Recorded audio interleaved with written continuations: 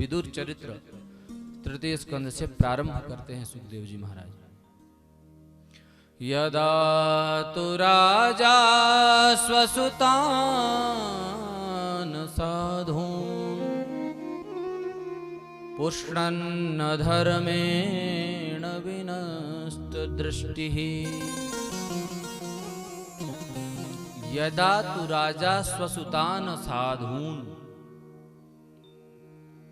धृतराष्ट्र जी अंधे तो जन्म से ही थे, लेकिन अपने पुत्रों का भरण पोषण करते समय ऐसे अंधे हुए कि उनको यही नहीं पता चल रहा है कि क्या धर्म है और क्या अधर्म है।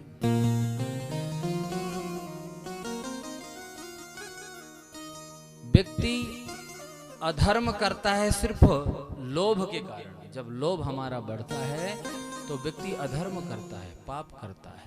लोभा पापस्य कारणम। लोभ यदि व्यक्ति के पास न हो तो वो तो ज्ञानी बन जाएगा, लेकिन जो ही देखा धन संपत्ति, स्वयं अधर्म कर बैठता है, पाप कर बैठता है। और सामान्य व्यक्ति की तो बात ही क्या, बड़े बड़े जो ध्यानी ज्ञानी हैं, अक्रूर जैसे जो सिद्ध पुरुष हैं, उनकी भी बुद्धि खराब हो जाती है धन को देखकर। जितने भी समस्याएं आती हैं सब धन से ही आती हैं। इसीलिए भरत जी कहते हैं, भगवान से प्रार्थना हो, अर्थ न धर्म न काम रुचि गति न चहो निर्वाण जन्म जन्म रति राम पद यह वरदान नयान। छोड़ने की बात जब आती है तो भरत जी कहते हैं मुझे धन नहीं चाहिए, अर्थ न धर्म न काम रुचि। सबसे पहले यदि कुछ छोड़ना है तो धन को छोड़ो। और हम लोग क्या कहते हैं, धन नहीं छूटना चाहिए, बाकी सब कुछ चाहे छूट जाए। और होता क्या है, धन नहीं छोड़ते हैं। अब तो बैंक हो गए, पहले बैंक होते नहीं थे लोगों के पास। जब होता था सोना चांदी तो क्या करते थे, एक मटके में भरते थे और खोद करके गाड़ देते थे। और जो कंजूस व्यक्ति होता था वो तो कभी खर्च करता ही नहीं था, निकालता ही नहीं था, न बताता था किसी को। तो होता क्या था, जब प्राण छूटते थे उसके तो वो परेशान होता था। वो सोचता कि अब अपने बेटों को बता दूं मैं, तो वो उछल कूद मचाता था। लेकिन अब कौन समझे अंतिम समय में कि क्या कहना चाह रहे हैं। अंत में सोचते सोचते उनकी मृत्यु हो जाती थी।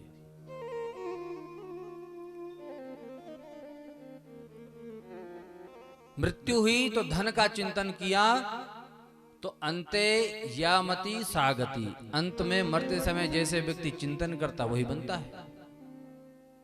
तो मरते समय धन का चिंतन किया तो सर्प बना, और सर्प बन करके उस धन की रक्षा करने के लिए वहां पर आ गया।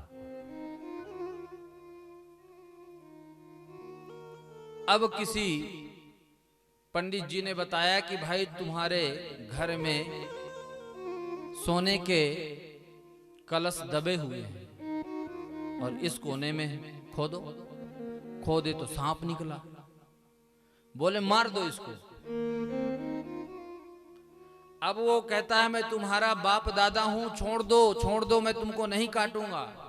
लेकिन आदमी कहते मार दो, नहीं काट लेगा किसी को। मतलब जब तक जीता रहा तब तो धन इकट्ठा ही किया, मरने के बाद भी धन को संभालने के लिए आ गया, मार दिया गया। तो धन ऐसा अनर्थ करता है, समस्त अनर्थों की जड़ धन ही है। तो वही बात कह रहे हैं कि जब धृतराष्ट्र जन्म से अंधे थे, अपने पुत्रों का भरण पोषण करने में इतने अंधे हुए कि अंदर की जो आंख थी वो भी उनकी खत्म हो गई। उनको पता ही नहीं चल रहा है कि क्या सही है क्या गलत है, अधर्म कर रहे हैं। तो वही कह रहे हैं, यदा तु राजा स्वसुतान साधून पुष्णन अधर्मेण, अधर्मेण पुष्णन, अधर्म के द्वारा ही सबका भरण पोषण कर रहे हैं। तब धृतराष्ट्र को विदुर जी समझाते हैं, बार बार समझाते हैं पर जो लोभी व्यक्ति होता है उसको समझ में नहीं आता है, कोई कितना समझा ले। देखिए, धर्म पांडवों की तरफ भी है और कौरवों की तरफ भी है। युधिष्ठिर जी महाराज धर्मावतार हैं, धर्म के साक्षात, और यहाँ पर विदुर जी भी धर्मावतार हैं, धर्म के अवतार हैं। पर एक तरफ तो धर्म की सुनते हैं और एक तरफ धर्म को अनदेखा किया जा रहा है। युधिष्ठिर जी जो भी आज्ञा करते हैं, चारों भाई सिरोधार्य करते हैं, धर्म की आज्ञा का पालन करते हैं, और इधर विदुर की कोई सुनने वाला नहीं है। और शास्त्र कहते हैं यतो धर्मस्ततो जयः, जहां धर्म होगा विजय श्री तो उसी की होगी। सत्य अपमानित हो सकता है, परेशान हो सकता है, लेकिन अब पराजित नहीं हो सकता। इंतजार करो, अवश्य उसे विजय श्री मिलेगी, क्योंकि शास्त्र ऐसा कहते हैं। क्योंकि धर्मो रक्षति रक्षिता, यदि आप धर्म की रक्षा करेंगे तो धर्म आपकी रक्षा अवश्य करेगा। तो किसी ने प्रश्न किया कि महाराज, सीता जी ने तो धर्म की रक्षा की, तो फिर रावण ने उसको क्यों हरण किया? क्योंकि जब रावण भिक्षा मांगने के लिए आया तो सीता जी, लक्ष्मण जी एक रेखा खींच करके गए थे कि मां इसके बाहर मत निकलना, यहाँ राक्षसों का बड़ा प्रभाव है। रावण भिक्षा मांगने आता है तो बोलता है कि भिक्षाम दे, भिक्षा दीजिए। सीता जी सोचती हैं कि यदि मैंने भिक्षा नहीं दिया तो ये बहुत बड़ा मेरे लिए पाप हो जाएगा, क्योंकि गृहस्थ का धर्म है भिखारी को भिक्षा देना। और यदि मैं इस रेखा से बाहर निकलती हूं तो मेरे देवर ने कहा है कि इसके बाहर मत निकलना। तो मन में सोचती है कि जो होगा सो होगा, लेकिन मैं अपने धर्म की रक्षा करूंगी। और रेखा के बाहर आकर के उन्होंने भिक्षा दिया, रावण ने हरण किया। पर आप ये देखो, सीता जी ने धर्म की रक्षा की, और वही सीता लंका में जाकर के दहाड़ रही है, डांट रही है रावण को। जबकि रावण के यहाँ ब्रह्मा जी को बांध रखा है। ब्रह्मा जी 4 बजे सुबह वेद पढ़ते हैं, वायु देवता झाड़ू लगाते हैं, वरुण देवता पानी भरते हैं। ऐसा जो रावण है उसको डांट रही है सीता जी। सुमिर अवधपति परम सनहि, अरे दुष्ट, उनका तुम भी भजन करो। तो ये धर्म का ही प्रभाव है, धर्म के बल पर वो रावण को भी डांट रही है। तो निश्चित रूप से आप यदि धर्म की रक्षा करेंगे तो धर्म आपकी रक्षा करेगा। तो यहां पर बार बार धृतराष्ट्र को युधिष्ठिर विदुर जी समझाते हैं कि राजन, इतने अंधे न हो जाओ आप।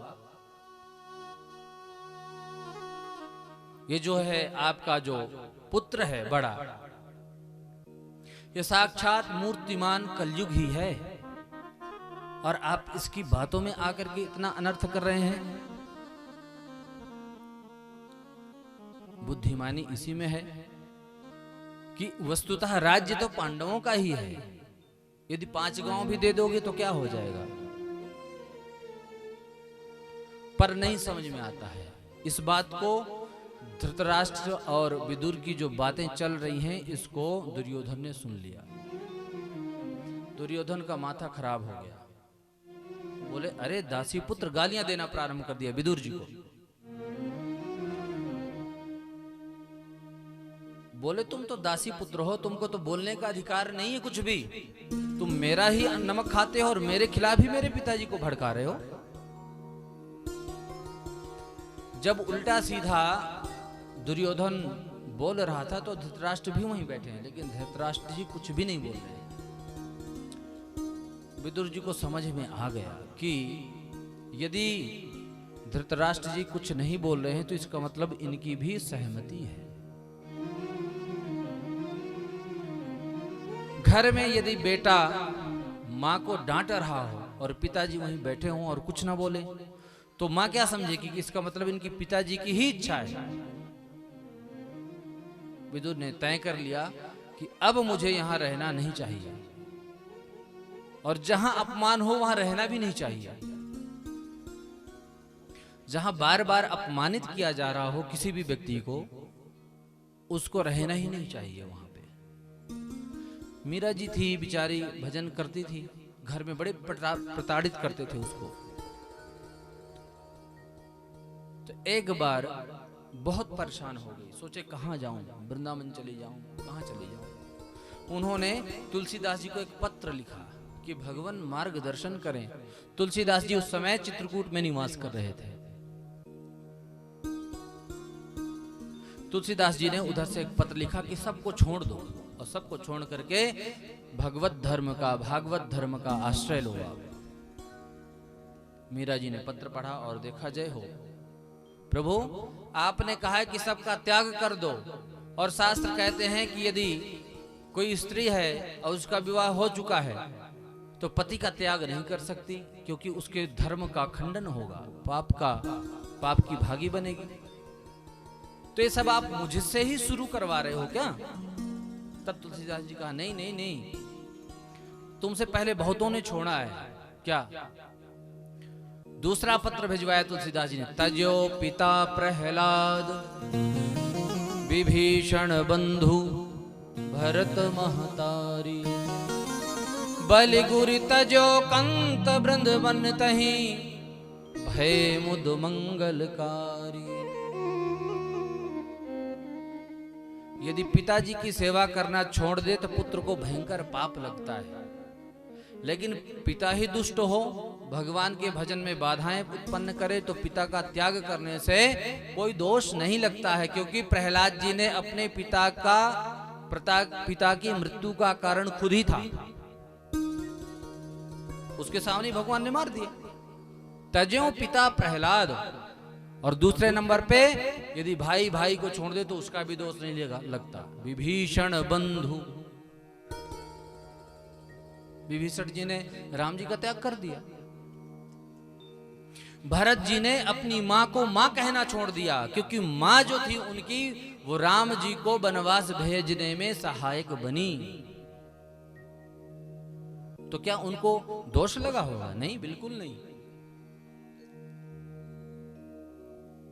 और बलि ने गुरु जी का त्याग कर दिया, कल की कथा में श्रवण करेंगे। तो क्या बलि को दोष लगा? नहीं लगा, क्योंकि शुक्राचार्य जी कह रहे थे किसको मत दे दान, तू झूठ बोल दे, कोई बात नहीं। बोले ना, आपका त्याग कर दूंगा लेकिन झूठ नहीं बोलूंगा मैं। बलि का त्याग कर दिया। और समस्त गोपियों ने अपने पतियों का त्याग कर दिया। कुछ लोग ऐसे उदाहरण देते हैं कि पति को नहीं छोड़ना चाहिए, चाहे कैसे भी हो, पाप लगेगा। अरे भैया, भगवान के भजन में कोई भी हो उसको छोड़ दोगे और भजन करो तो पाप नहीं लगता।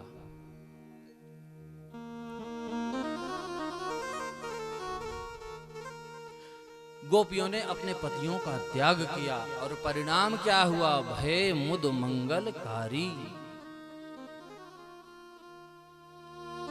शास्त्र कहते हैं, यत्र नार्यस्तु पूज्यन्ते रमन्ते तत्र देवता। जहां नारियों का सम्मान होता है वहां देवता लोग रमण करते हैं घर में, और जहां अपमान होगा वहां भैया भूत प्रेतों का ही वास होता है, ध्यान रखना। स्त्रियों का जहां अपमान होगा वहां भूत प्रेत ही निवास करते हैं, वहां देवता नहीं आते कभी भी। करुणा क्रंदन जब स्त्रियों का देवता लोग श्रवण करते हैं तो वहां से उस घर को छोड़ करके चले जाते हैं। इसलिए स्त्रियों का सम्मान करना चाहिए हमें, क्योंकि स्त्रियां हमारे घर की लक्ष्मी हैं। कहते नहीं जी बहू हमारी लक्ष्मी नहीं, हमारी लक्ष्मी तो कौन है? बेटी। भैया जब तक तुम्हारे घर में रही, शादी नहीं हुई, तब तक तो वो तुम्हारी लक्ष्मी रही, और जब किसी दूसरे के घर में चली गई तो दूसरी की लक्ष्मी हो गई। अब जो तुम्हारे घर में लक्ष्मी है, कम से कम उसका तो सम्मान करो तुम बहू रूप में। पर कहां महाराज की मान जाएं, सारी समस्या ही खत्म हो जाए।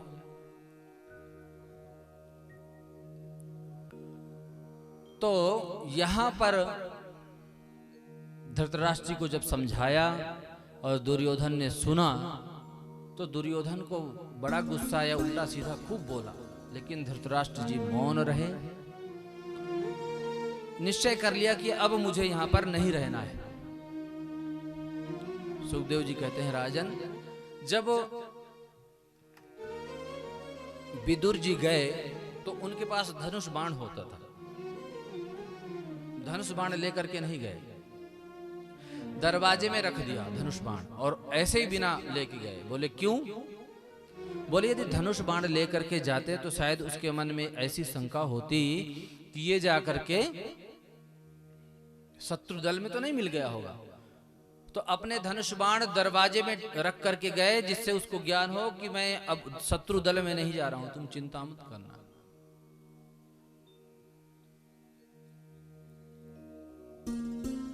रावण को छोड़ करके जब विभीषण गया तो क्या हुआ? अस कही चला विभीषण जबहि आयुहीन भय सब तबहि। तो यहां पर सुखदेव जी कहते हैं, सनिर्गतः कौरव पुण्य लब्धा।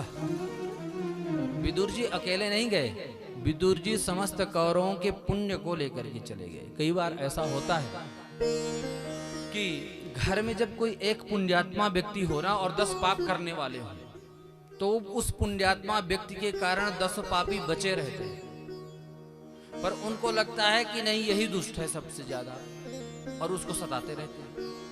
और किसी कारण बस परेशान होकर के जब वो चला जाता है घर छोड़ करके, तो पूरा घर बर्बाद हो जाता है। एक बार 10 लोग थे, वो कहीं जा रहे थे, भयंकर बारिश हो रही है। सोचे कि एक पेड़ के नीचे रुक जाते हैं, बारिश थमेगी तो आगे जाएंगे। पेड़ के नीचे खड़े हो गए 10 के 10। अब बिजली खूब कड़क रही है, खूब चमक रही है, सब डर रहे हैं। तो एक ने कहा कि भैया हम सब के बीच में लगता है कि कोई पापात्मा व्यक्ति है, इसलिए बिजली हमें मारना चाहती है। अब ऐसा करते हैं, किसी एक के कारण हम 10 के 10 न मर जाएं, इसलिए ऐसा करते हैं कि इस पेड़ से निकल करके दूर जा करके 2-2 मिनट सब कोई खड़े होकर के आएगा। यदि बिजली किसी को मारना चाहेगी तो वो मर जाएगा, बाकी 9 तो बचेंगे। बोले ठीक है भाई, देखते हैं। अब एक व्यक्ति गया, वहां खड़ा रहा 2 मिनट, बिजली नहीं गिरी, वापस आ गया। दूसरा गया, वो भी वापस आया। तीसरा गया, वो भी वापस आ गया। अंत में एक बेचारे दीनहीन बुजुर्ग बचे। अब सब गालियां देने लग गए, यही है कुकर्मी व्यक्ति, यही पापी व्यक्ति है, और इसी के कारण हम सबकी मृत्यु होने वाली है, भगाओ इसको। धक्का दे करके भगाया। बेचारा वो भी गया वहां 2 मिनट के लिए। वहां जाकर के जब वो खड़ा हुआ, बिजली गिरी कहां? यहां 9 लोगों के ऊपर बिजली गिरी, और 9 के 9 साफ। एक व्यक्ति के कारण उन 9 की रक्षा हो रही थी, क्योंकि भगवान कभी भी पुण्यात्मा व्यक्ति को सजा नहीं देते हैं, पापियों को सजा मिलती है। मैंने अभी बताया ना कि धोबी घाट बनाया हुआ। तो कहने का तात्पर्य यह है कि विदुर जी जब धृतराष्ट्र जी को छोड़ करके गए, तो वो सिर्फ अकेले नहीं गए, उनके समस्त पुण्यों को लेकर के चले गए, और परिणाम क्या हुआ? सब समाप्त हो गए कौरव। और जब तक विदुर जी रहे तब तक उनका कोई बाल भी वांका नहीं कर सका। तो इसलिए जो घर में भक्ति भजन करने वाला व्यक्ति है, उसका कभी अपमान नहीं करना। बहुत लोग होते हैं ना, कहते दिन भर पूजन करती रहती है। विदुर जी सब कुछ छोड़ छाड़ करके तीर्थ यात्रा के लिए चले गए। बहुत दिनों तक भ्रमण करने के पश्चात एक बार यमुना जी के किनारे उद्धव जी से भेंट हो गई। अरे भैया उद्धव, जरा ये तो बताओ महाभारत का क्या हुआ? क्योंकि महाभारत प्रारंभ होने से ही पहले तीर्थ के लिए निकल गए थे। जो ही महाभारत का नाम लिया, उद्धव जी की तो समाधि लग गई, भगवान का चिंतन में डूब गए। अरे भैया बताओ ना क्या हुआ महाभारत का? प्रभु मेरे कैसे हैं? बताने लग गए कि विदुर जी महाभारत तो कब का संपन्न हो गया, पांडव विजयी हुए, और मेरे प्रभु धराधाम को छोड़ करके अपने लोक गमन कर चुके हैं। बोले हमें तो कुछ पता ही नहीं चला कि क्या हुआ, भगवान चले भी गए। बोले हाँ, लेकिन जाते जाते एक आपके लिए बहुत सुखद संदेश भी दिया है।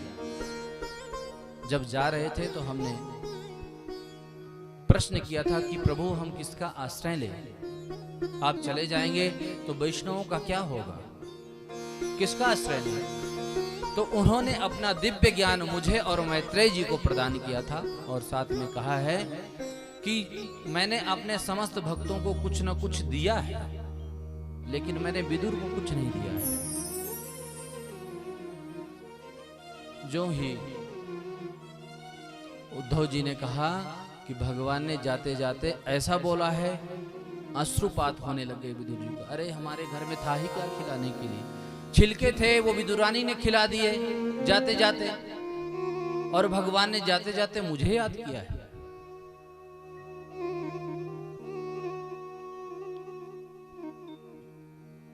अद्भुत कृपा का अनुभव कर रहे हैं।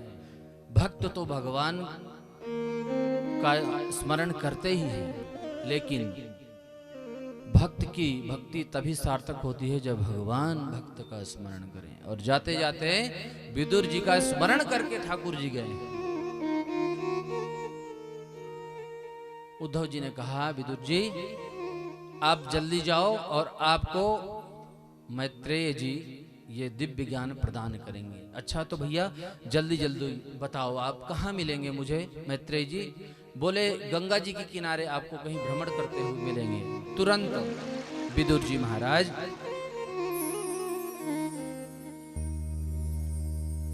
गंगा जी की ओर प्रस्थान करते हैं और घूमते घूमते गंगा जी के किनारे हरिद्वार में मैत्रेय जी से उनकी भेंट हो जाती है।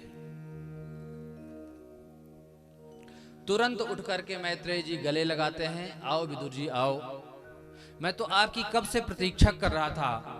ठाकुर जी ने मेरे कंधों पे बहुत बड़ा दायित्व दे करके गए थे और मैं सोच ही रहा था कि आप मिलें और वो मैं आपको ज्ञान प्रदान करूं जो भगवान ने मुझे जाते जाते प्रदान किया था। अच्छा तो बताओ ठाकुर जी ने क्या ज्ञान दिया था। हाथ जोड़ करके प्रार्थना करते हैं कि मैं आपसे निवेदन करता हूं, कुछ मैं प्रश्न करता हूं। तो विदुर जी प्रश्न करते हैं मैत्रेय जी से। क्या प्रश्न करते हैं। सुखाय कर्माणि करोति लोको न तै सुखं वान्यदुपारमं वा। कहते हैं सुखाय कर्माणि करोति लोको, हर व्यक्ति चाहता है कि मैं सुखी हो जाऊं। कोई व्यक्ति ऐसा संसार में नहीं होगा जो ये चाहे कि मैं दुखी हो जाऊं, बताओ। लेकिन क्या वो सुखी हो पाता है। कभी नहीं सुखी हो पाता। कामनाएं उसकी होती रहती हैं, सारा दिन प्रपंचों में फंसा रहता है। तो वही प्रश्न कर रहे हैं कि सुखाय कर्माणि करोति लोके, लेकिन सुखी नहीं हो पाता है व्यक्ति।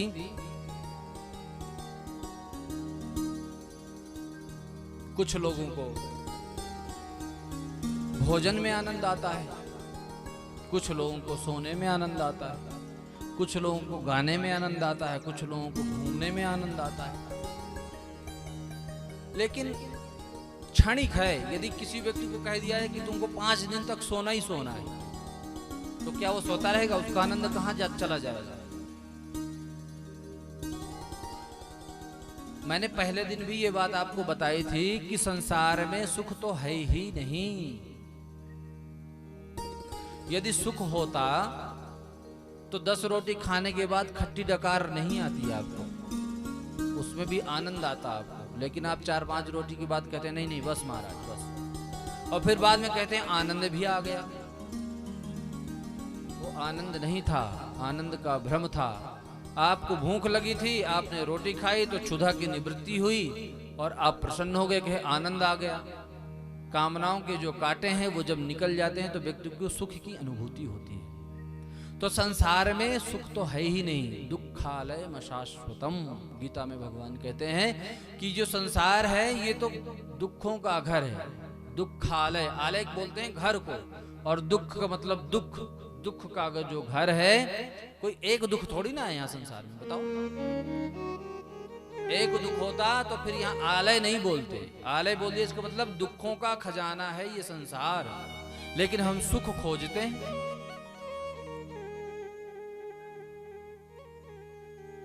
और जहां सुख है वहां तो हम जाते ही नहीं। और सुख के लिए हम निरंतर लगातार कर्म करते भी रहते हैं कि हम सुखी हो जाएं, फिर भी नहीं सुखी होते। भाई आप जो है हमारे जो बोटियां हैं उनके पास जाएंगे और कहेंगे महाराज वहां हमको एक पुस्तक दे दो बढ़िया सी, पढ़नी है, तो क्या मिलेगी आपको? नहीं मिलेगी, क्योंकि भोजनालय जाएंगे तो आपको भोजन ही मिलेगा, पुस्तक नहीं मिलेगी। और पुस्तकालय में जाकर कहेंगे महाराज हमें भोजन दे दो, तो क्या मिल जाएगा? नहीं मिलेगा, वहां तो पुस्तक मिलेगी। तो दुखालय में जाकर के कहेंगे महाराज हमें सुख दे दो, तो क्या मिल जाएगा? क्योंकि वहां सुख है ही नहीं, दुख ही मिलेगा। तो संसार में सुख तो है ही नहीं, लेकिन हम सुख की कामना लिए घूमते हैं। मैत्रेय जी कहते हैं आपने बहुत बढ़िया प्रश्न किया है कि आदमी सुखी होना चाहता है और सुख होने के लिए निरंतर प्रयास भी करता है। मृग मरीचिका, इसको कहते हैं तृष्णा।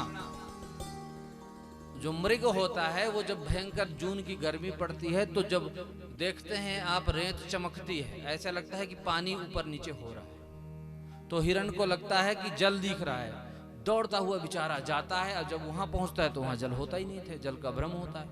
फिर वहां जब खड़ा होता है तो दूसरी जगह नजर पड़ती है तो वहां भी वैसे चमकता हुआ वो बालू या मिट्टी दिखाई देती है, वहां भागता है। तो हमारी भी यही स्थिति है, हम सोचते हैं कि बढ़िया सा मकान बन जाए तो हम सुखी हो जाएंगे, रहने के लिए जगह हो जाएगी। लो जी बढ़िया मकान बन गया, अब कहे महाराज बढ़िया डल्लब के गद्दे और बढ़िया बेड होना चाहिए इसमें, वो भी हो गया, तो क्या आप सुखी हो गए? नहीं हुए। क्यों? क्योंकि नींद ही नहीं आ रही है, आपको 4 गोली खानी पड़ती है सोने के लिए। तो कहने का तात्पर्य यह है कि संसार में सुख है ही नहीं, दुख ही दुख है। और कुछ लोग तो कहते हैं कि महाराज दुख का कारण ये है मेरे, इसके कारण मैं परेशान हो गया, ऐसा आप बोलते हैं। बेटा बात नहीं सुन रहा है तो क्या कहते हैं महाराज, इसके कारण पूरा परिवार ही परेशान हो गया। पर परेशान होने की जरूरत नहीं है। लिखा हुआ है कि यदि एक व्यक्ति के कारण यदि पूरा परिवार परेशान हो तो एक व्यक्ति का त्याग कर देना चाहिए। त्यजेदेकम कुलस्यार्थे, नीति ऐसा करती है कि एक व्यक्ति के कारण यदि पूरा कुल खानदान परेशान हो रहा हो तो एक आदमी का त्याग कर दो। और ग्रामस्यार्थे कुलम त्यजेत, और यदि एक घर के कारण जो है पूरे गांव की बदनामी हो रही हो तो एक घर का बहिष्कार कर देना ही कल्याणकारी है। एक घर को छोड़ दो, बाकी तो सुखी हो जाएंगे। एक घर के कारण पूरे गांव की बदनामी। और फिर कहते हैं ग्रामम जनपदस्यार्थे, यदि पूरे जिला की बदनामी एक गांव से हो रही हो तो उस गांव को भी छोड़ देना चाहिए। और आत्मार्थे तु पृथ्वीं त्यजेत, अपने कल्याण की भावना यदि मन में उत्पन्न हो जाए तो पूरा संसार को भी त्यागना पड़े तो तिल के बराबर समझ करके तिलांजलि दे दो, माया मोह में नहीं फंसे रहोगे। तो अपने कल्याण की सोचो तुम, दूसरे की नहीं कि कौन क्या कर रहा है। पर कहते हैं ना कि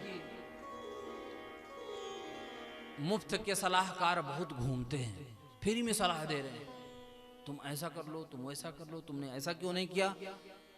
मुफ्त के वकील, अपने आप कुछ नहीं करना है। और सलाह वही व्यक्ति देता है जो कभी कुछ जिंदगी में करता नहीं है। करने वाला व्यक्ति तो स्थिर रहता है, कर्म करके ही वो आपको सिखाता है, क्योंकि यद्यदाचरति श्रेष्ठ तत्तद्देवे तरोजना सयत् प्रमाणम कुरते लोकस्तदनुवर्तते। गीता कहती है कि जो बड़े लोग हैं, श्रेष्ठ लोग हैं, वो अपने कर्म के द्वारा अनुकरण करवाते हैं छोटों का, और छोटे लोग उनको देख करके सीखते हैं कि मेरे पिताजी ने तो दिव्य भागवत जी का आयोजन किया था, मैं भी करूंगा। और पिताजी तो बोतल ढंगा रहे हैं, और तो पिता यदि चिलिम पकड़ ले तो फिर इसमें हैरानी की बात क्या है? पिताजी यदि बोतलें ढंगा रहे हैं और बेटा यदि चिलिम पकड़ ले तो फिर इसमें हैरान नहीं होना चाहिए, क्योंकि तुमने जैसा कर्म किया है, तुमको देख करके वो पला बढ़ा है, और तुम उसे चाहोगे कि वो भगवान का भक्त बन जाए, तो ऐसा नहीं है। हाँ, पूर्व जन्म के कोई संस्कार हों, उसके वशीभूत होकर के कर्मफल के प्रभाव से यदि वो व्यक्ति भक्त बन जाता है तो ये उसके कर्म हैं। इसलिए व्यक्ति को श्रेष्ठ कर्म करने चाहिए। ऐसा दिव्य प्रश्न किया विदुर जी ने, और मैत्रेय जी ने उत्तर देना प्रारंभ किया कि ये संसार में दुख ही दुख है, सुख तो भगवान के चरणों में है। ईश्वर अंश जीव अविनाशी, चेतन अमल सहज सुख राशि। भगवान तो सहज सुख राशि हैं। कुंती ने भगवान ठाकुर जी से दुख मांगा था, तो क्या भगवान ने दुख दे दिया उनको? बताओ भाई, मेरे से कुछ मांगेगा व्यक्ति, मेरे जेब में वो चीज है ही नहीं, मैं उसको दूंगा कहां से? जो होगा वही तो दूंगा। तो कुंती ने मांगा कि प्रभु मुझे दुख दे दो, क्योंकि यदि दुख रहेंगे तो आपका साथ मुझे प्राप्त होता रहेगा। विपदा संतु न सस्वत तत्र तत्र जगत गुरो। और विपत्ति नहीं मांगी, विपद विपद विपद विपतौ विपदा बहुवचन, मतलब एक दो विपत्ति नहीं, बहुत सारी विपत्तियां मेरे जीवन में आए। बताओ, ऐसा कोई सौभाग्यशाली है जो कहे भगवान से कि मुझे विपत्तियां दे दो? तो सुख तो भगवान के चरणों में ही है, क्योंकि जब मां के गर्भ में बालक होता है तो बड़ा वो निर्मल होता है, कोई उसके सुख दुख प्रभावित नहीं करते हैं। तो वही भगवान तुलसीदास जी कह रहे हैं कि ईश्वर अंश जीव अविनाशी। भगवान क्या है? अंशी। और जीवात्मा क्या है? अंश।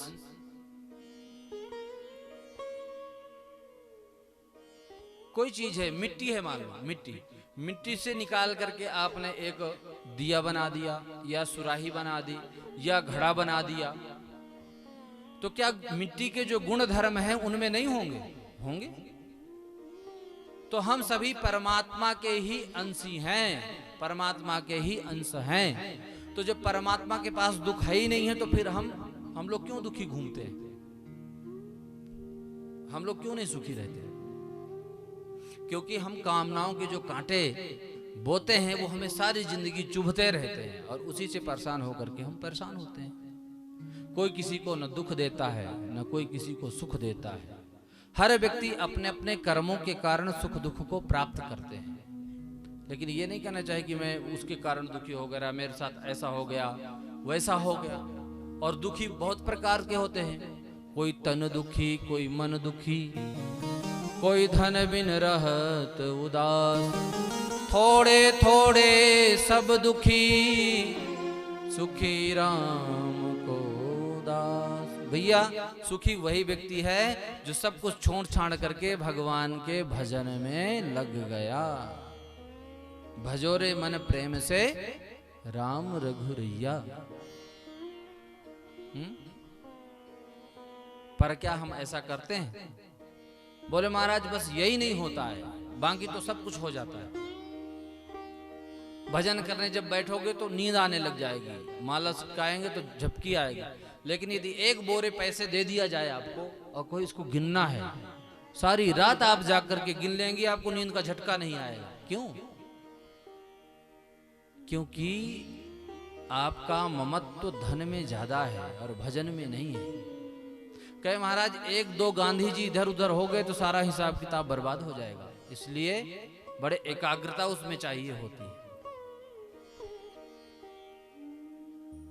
तो इसलिए अपने मन को भगवान के चरणों में लगाना चाहिए।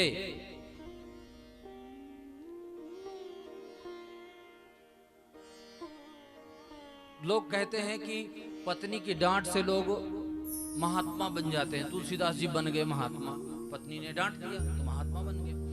कोई किसी के डांटने से महात्मा बन जाए तो आप क्यों नहीं बन गए?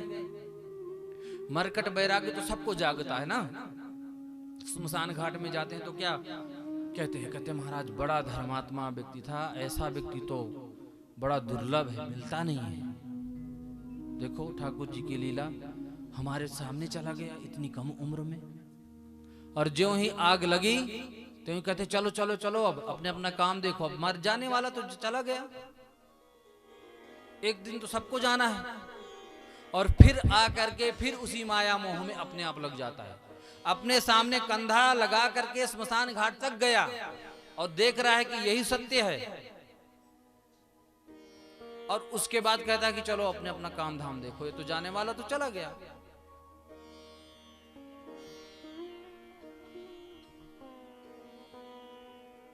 अटल सत्य यही है कि एक दिन सबको जाना है संसार से। इसलिए संसार में असंग भाव से रह करके आप जियो।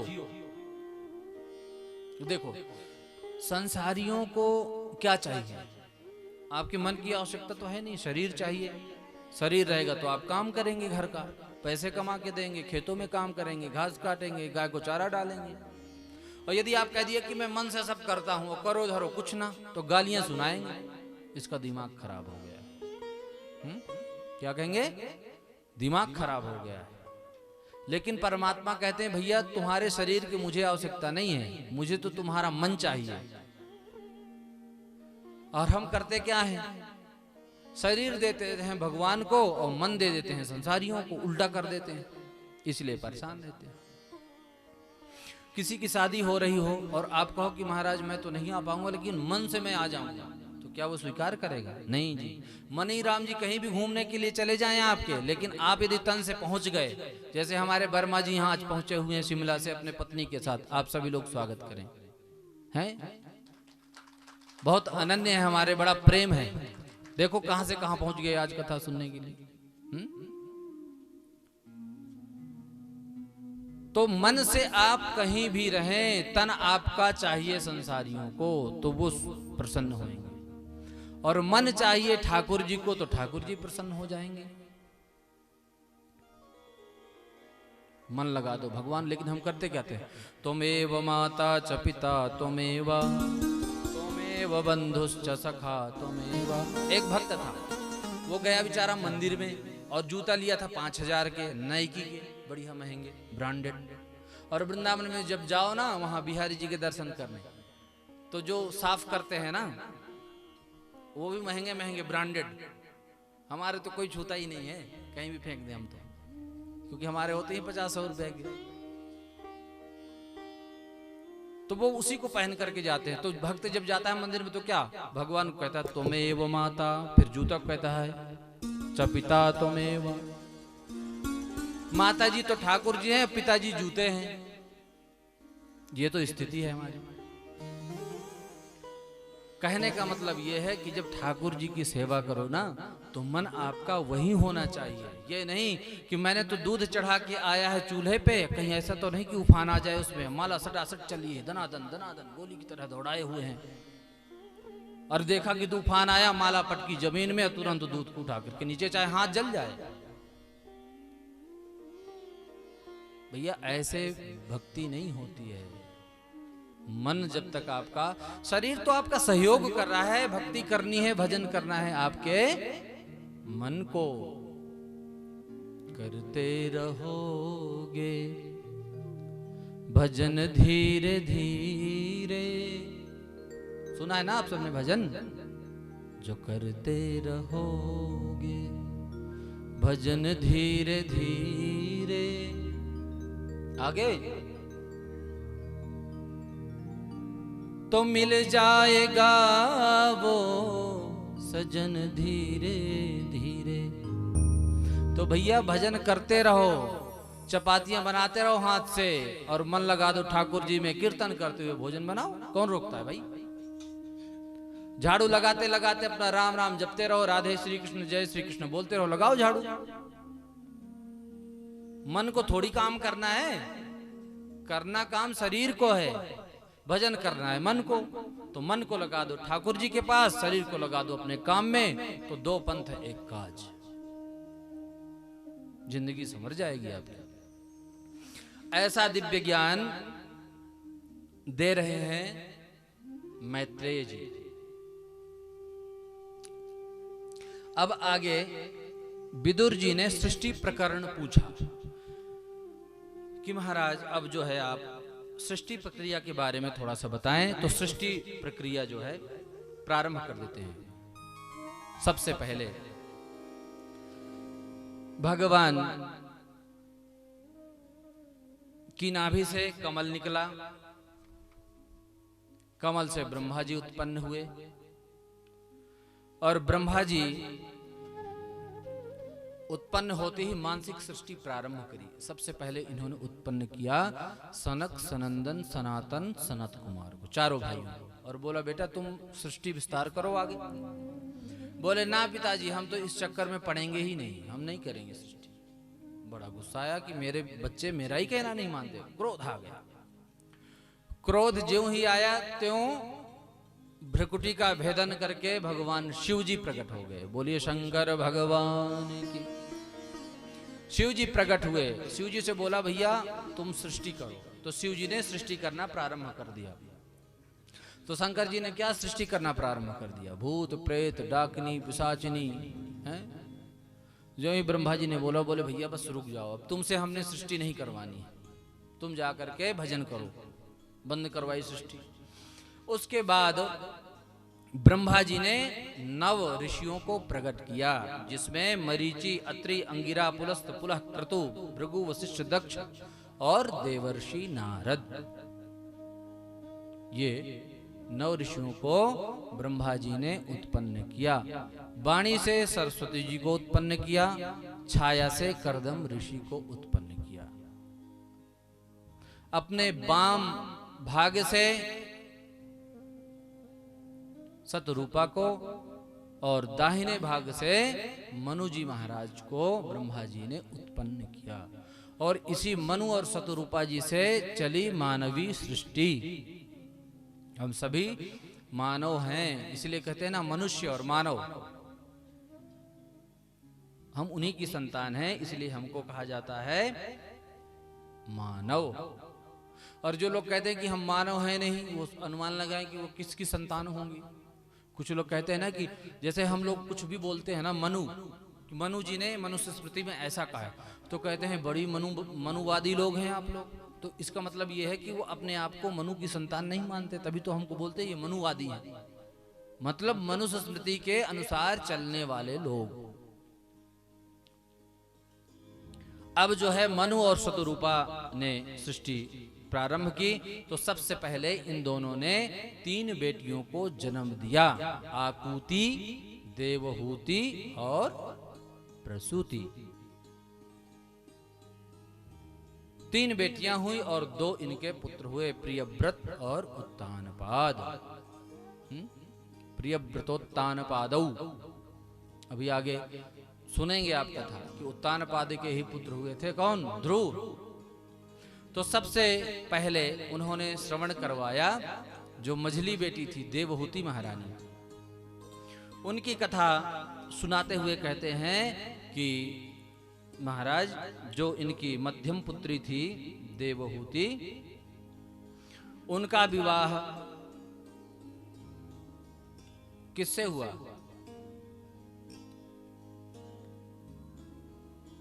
कश्यप ऋषि से।